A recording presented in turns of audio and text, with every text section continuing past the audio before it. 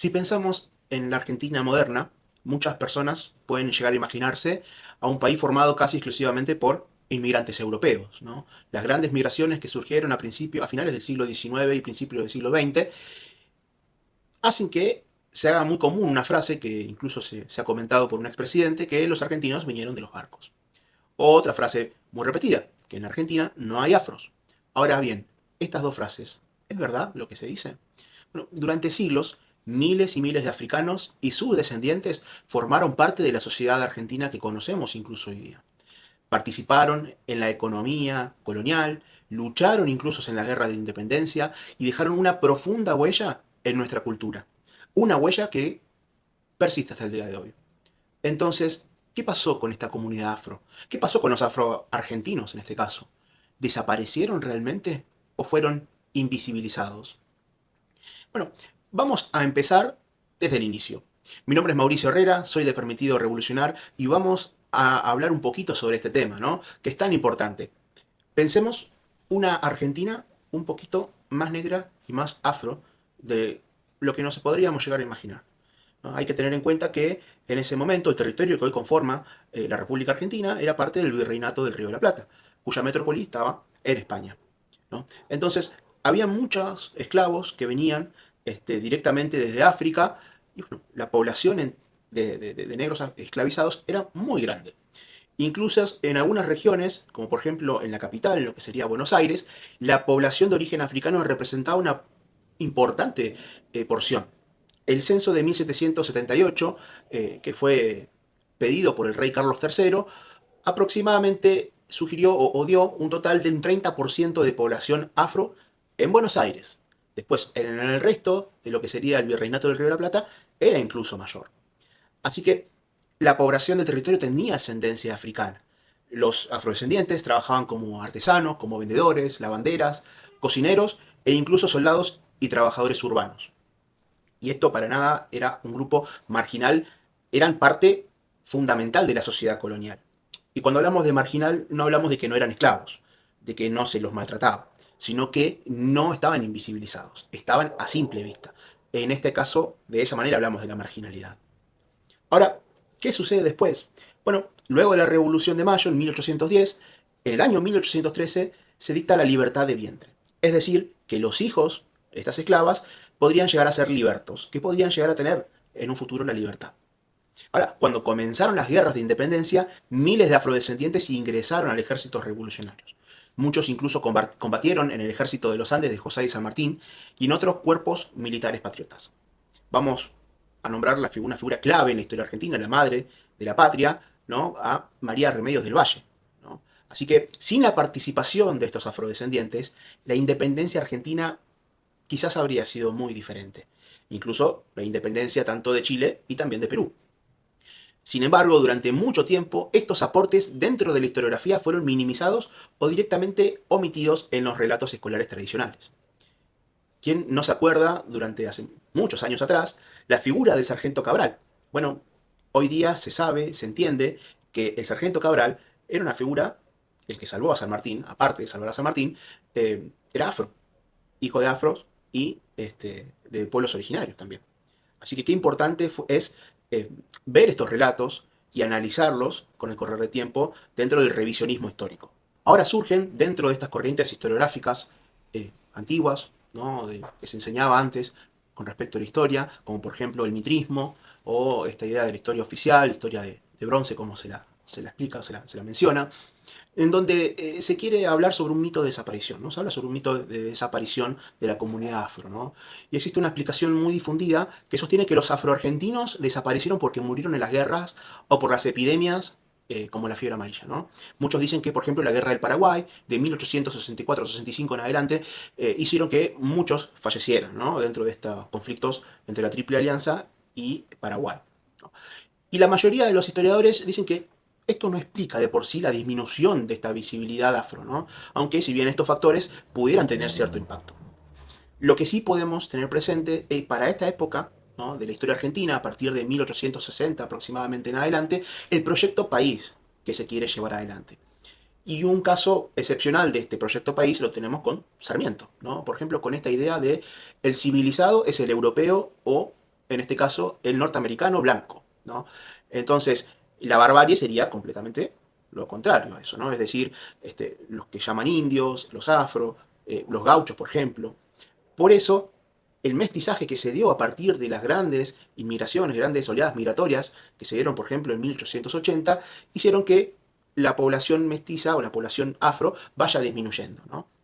Y obviamente no solamente es en este caso con respecto al mestizaje, sino que también cambia, ¿no?, la forma y la visibilización y los criterios censales, ¿no? Esta construcción de una identidad nacional asociada al europeo contribuyeron a la invisibilización de la población afrodescendiente, ¿no? Los afroargentinos no desaparecieron. Lo que ocurrió fue un proceso histórico, un proceso político, cultural, que los volvió menos visibles en el relato oficial.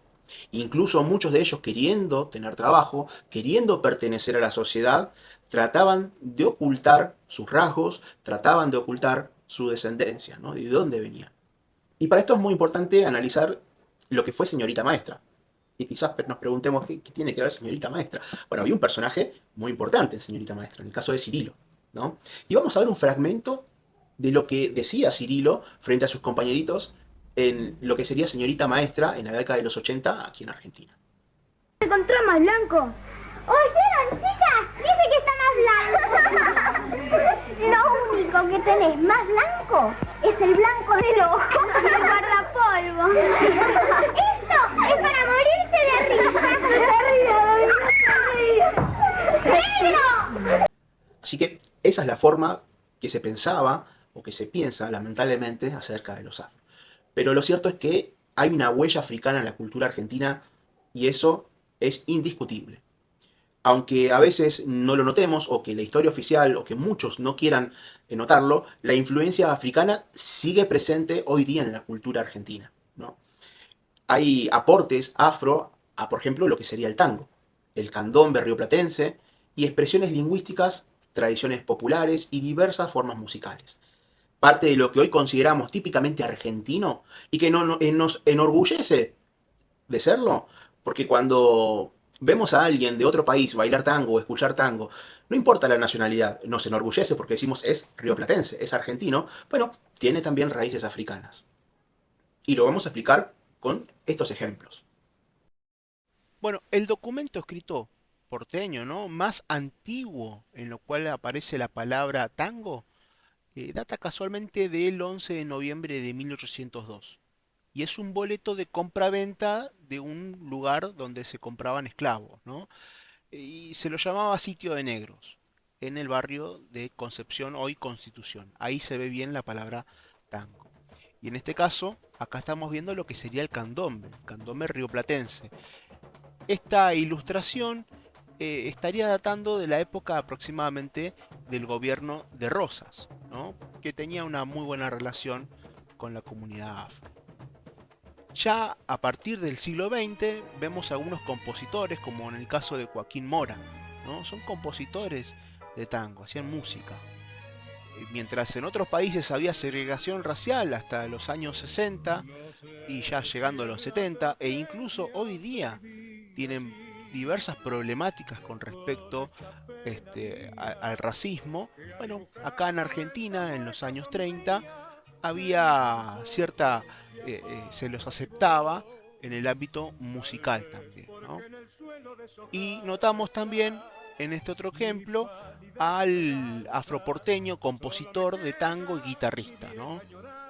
Es una fotografía de una revista porteña que no está identificada, pero acá lo encontramos a Soti Rivero en este caso, ¿no? Tocaba aquí la guitarra, estaba bien pintón Soti. Así que como notamos, y volvemos a repetir, mientras muchos países tenían segregación racial, nuestra cultura estaba identificada con los afro. Ahora, ¿qué pasa con los afroargentinos de hoy en día? Bueno, en las últimas décadas se comenzó un proceso de recuperación de la memoria afroargentina. Para nombrar un caso, el censo del 2022 refleja un 0,7% de población afro-argentina. Fíjense muy bien, en 1778, recordemos que el censo figuraba un 30%. Fíjense cómo fue disminuyendo, no la población, sino que fue disminuyendo el censo justamente, ¿no? Fue el cambio de los criterios censales y la invisibilización de esta comunidad afro, ¿no? Por lo tanto, hoy en día empiezan a hacerse preguntas sobre la afrodescendencia, sobre el permitirnos una mayor visibilización de estas estadísticas, ¿no?